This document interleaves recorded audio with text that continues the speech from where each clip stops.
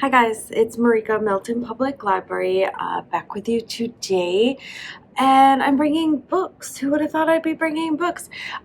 Today is the last video of this year. Summer is coming, which is so exciting. So today I'm going to be bringing you a few books that will be released this summer. So they are not out yet. They're fixing to be released, and let's get started. The first book that I have for you today is called Flipping Forward, Twisting Backward, and this book is by Alma Fullerton. So this book is about Claire, and Claire's an amazing gymnast. Inside the gym, she is like, absolutely just fantastic, and she's fixing to qualify for the state championship, and everything is gold inside the gym. Now, at school, it is not so much. She is known as a troublemaker, and she spends a lot of time out of class in the principal's office. Then one day, a vice principal sees what's going on, and they start to wonder if maybe something else is going on with Claire. And it comes out that Claire does not know how to read. She is dyslexic, which many people are, and they want to get her tested for dyslexia so that she can get some help in school and help her get better. But her mom does not want her to get tested because she doesn't want Claire to be labeled as stupid. Just going to add here, anyone who has dyslexia is not stupid, not even close to stupid. So that's a crazy thing to think. But if she doesn't start getting help in school, it could start to also impact her gymnastics career and her qualifying for state, which obviously is very important to her because it is the one thing in her life that she seems to excel at, because everyone around her seems to be able to do all of these things like read so easily, and she can't figure out why. But as a lot of people know now, it's just that her brain processes the things differently, and she just needs to learn how to do things in a way that works with the way her brain processes things. So this book is told in verse, which I think is a really great way, I've said this before, a really great way to tell a sort of a story that could be real life, right? I think it just gets the emotion and the message somehow just comes out clearer. So that's just great. So this one is Flipping Forward, Twisting Backwards, and it is by Alma Fullerton. The second book that I have for you today is called Big Rig, and this book is by Louise Hawes. So Hazmat, which is an interesting name, she and her dad do long haul trucking together.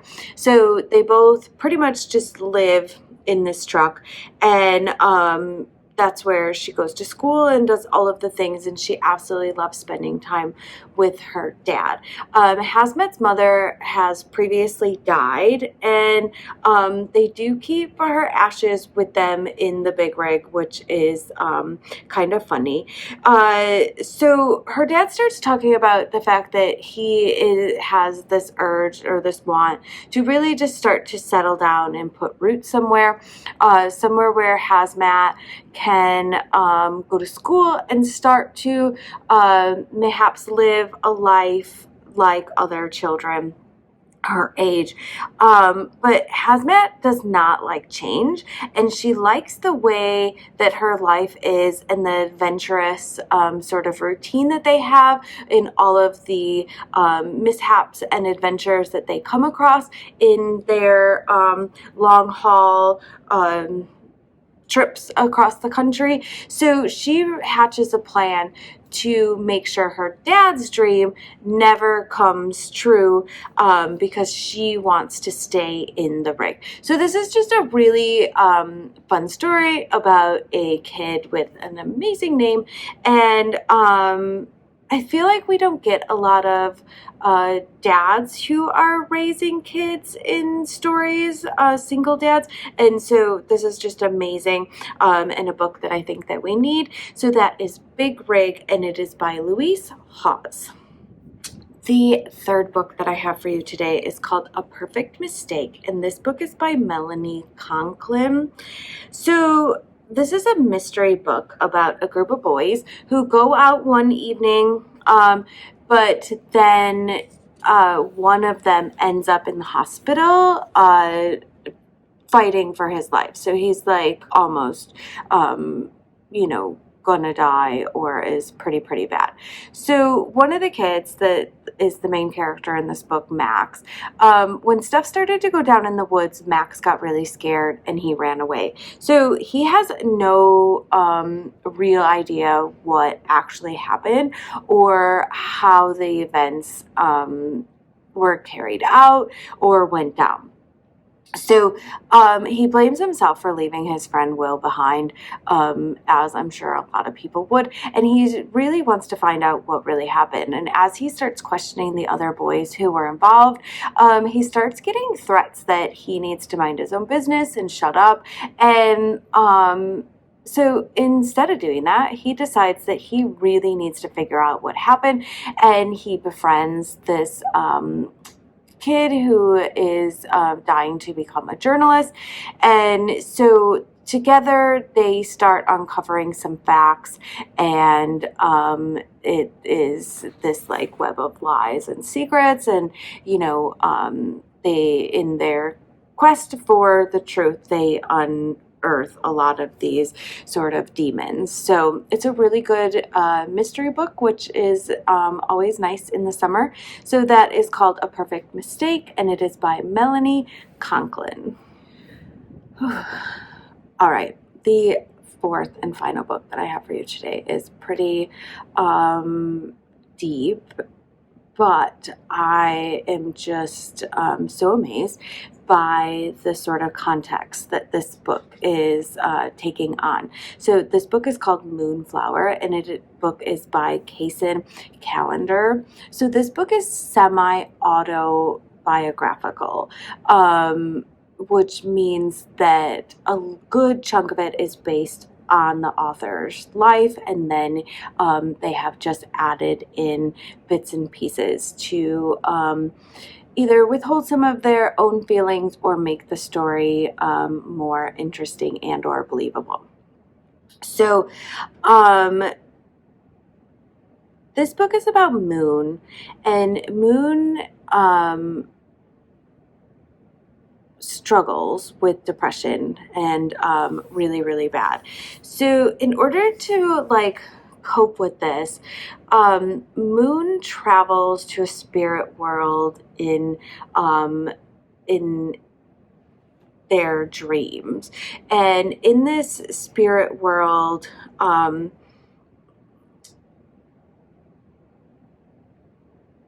it gives them an escape of the real world. And every night, Moon has to choose whether he wants to stay in the spirit world or go back to the real world. So this book is filled with a lot of metaphors on life and depression, and mayhaps not wanting to continue with things. So I just feel like this is a really heavy topic at this age, but it is something that a lot of kids go through. So to be able to read this book about someone else at this age going through this sort of really heavy mental depression in a way that is so, like, bringing it to light and talking about it in such a real way, but using this sort of magical realm to identify feelings is really amazing and a much needed book. So yeah, it's just gorgeous, and I can't wait till it comes out to be able to read it.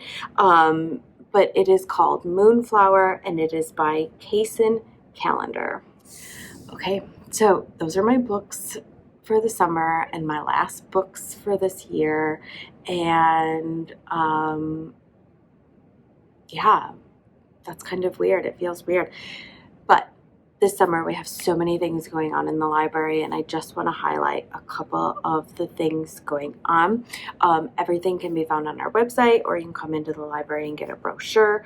I do want to talk about the fact that our kickoff is June 13th. It is on a Monday, and it is from 10 to 5. You can come in anytime and do a scavenger hunt and paint some rocks, and then pick up your summer gear and learn more about what is happening. I am also having a book club called But That's Cool. It will be really like a book talk club. We will be talking about books and getting some ideas for books. Pretty much like these videos in person with other people besides just me mispronouncing authors' names. So that could be cool. There will also be snacks, which is always a necessity. So I'm super excited about that one. And then we also have the Monarch Club is meeting throughout the summer. This is where they are gathering eggs and raising them and learning how to take care of monarchs and the importance of monarchs, which is super amazing. I've already seen 3 this season, which is really cool. I like when they start popping up. We also have a hula hoop dance class on July 7th. This one you do need to register for, so that should be super exciting. I know I'm super excited to get out there and hula hoop. So yeah, so those are just a couple of our programs, and I will link our brochure for that in this video. But yeah, I hope everyone had a great year, and I really hope everyone has an amazing summer, and that I see you here at the library. Bye.